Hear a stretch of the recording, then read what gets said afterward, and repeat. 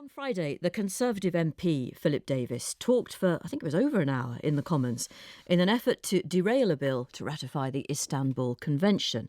This, an international treaty aimed at trying to stop violence against women and girls. He didn't succeed, but it's not the first time he has filibustered his way into the headlines.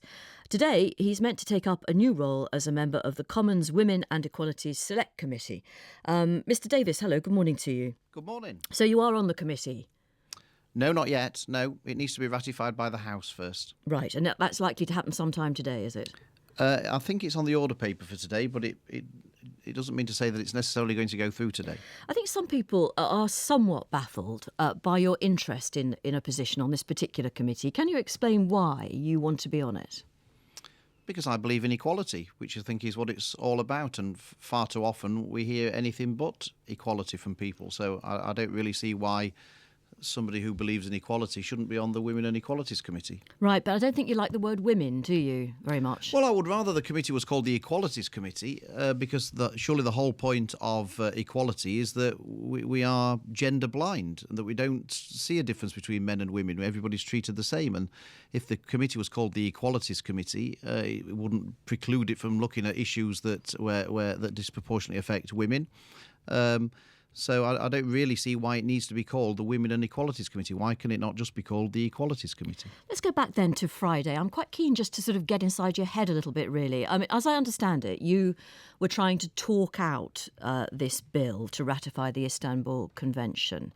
And I don't quite understand why. I know you're very keen on trying to prevent violence against men and boys, as indeed we all are. I can't imagine that anybody listening is in favour of it. But why do you believe that is likely to be helped by you trying to derail a bill that is trying to stop violence against women? Forgive me, I just don't understand your approach. Well, my approach is that we should have legislation which is gender neutral. I don't see why we should be passing into law things that only are interested in violence against women and girls, important though that is. Nobody's more hardline on crime than me, and I certainly wouldn't do what the last Labour government did and let out people halfway through their prison sentence by law, people who are guilty of domestic violence. So there's nobody more hardline on crime than me and all perpetrators of domestic violence. But why would we only be interested in the victims of violence who happen to have one gender? Why are all victims of violence not equally important? Well, I think it's fair to say, Philip, that disproportionately women are much more likely to be affected by domestic violence than men are. I mean, I don't doubt for a second that men are victims of domestic violence occasionally, but we do understand that women are vastly outnumbered when it comes to victims of domestic violence. Well, they outnumber men, I should say. The official figures are that 2/3 of victims of domestic violence are women and 1/3 are men. So yes, clearly there are more victims of domestic violence that are women than men. But the Istanbul Convention is not just about domestic violence, it's about all violence. And men are twice as likely to be the victim of a violent crime than women.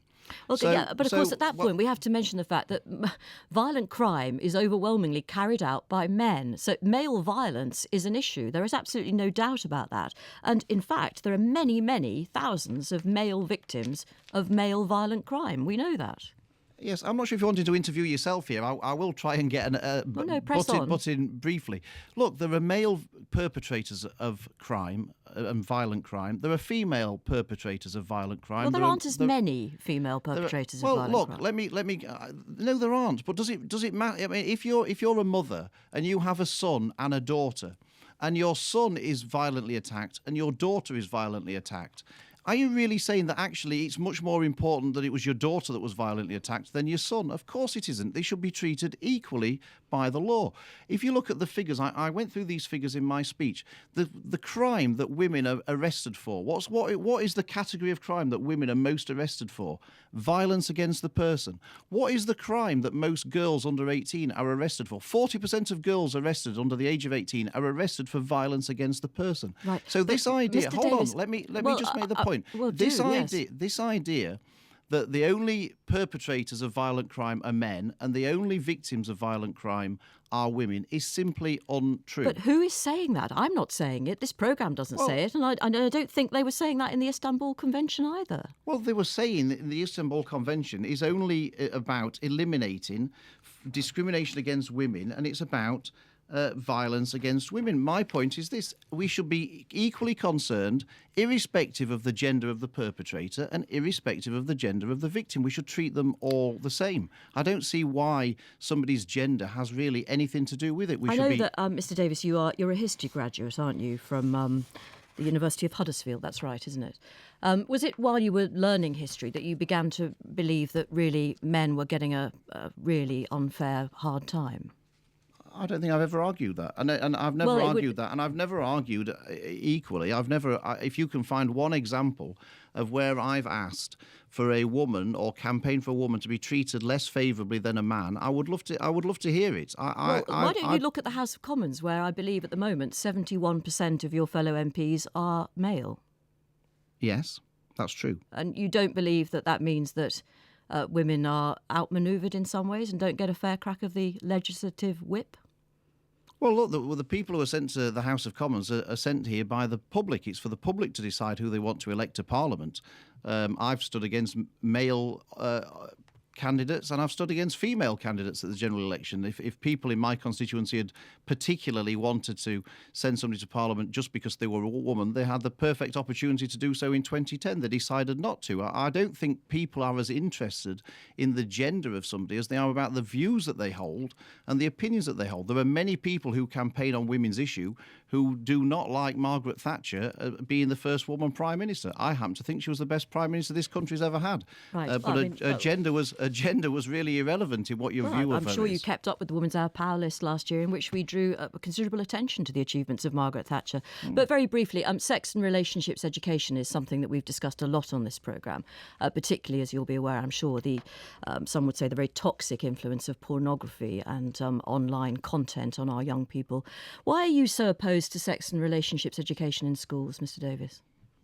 Because I think that there are certain things that are the responsibility of parents, and instilling values in your children is something that is the job of a parent. And you send your kids to school to learn about the subjects that parents are incapable of instilling in their children. But why are parents incapable? Well, I'm talking about things like learning maths and physics and chemistry. That's why you send children to school, because you as a parent are not capable of instilling those things into your children.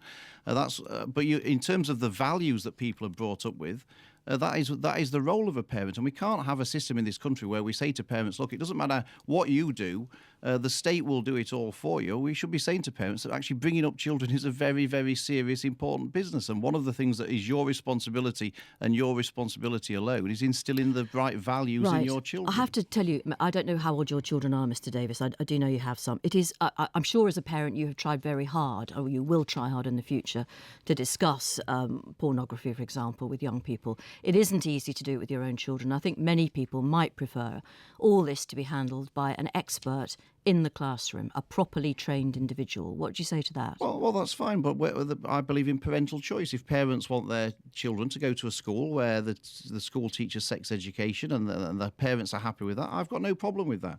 But what I don't believe in is making it compulsory so that even parents who don't want their children to be taught sex education in schools, where they're forced to against their wishes. Surely this should be a matter for the parents to decide. I'm not on about banning sex education. If parents are happy to go along with it and the teachers and the schools want to offer it, that's fine by me. But what I'm against is forcing parents into having values instilled into them that they can do themselves. Mr. Davies, thank you very much. Happy Christmas to you. That's Philip Davies, who's the Conservative MP and is hoping to join the Women and Equality Select Committee in the House of Commons.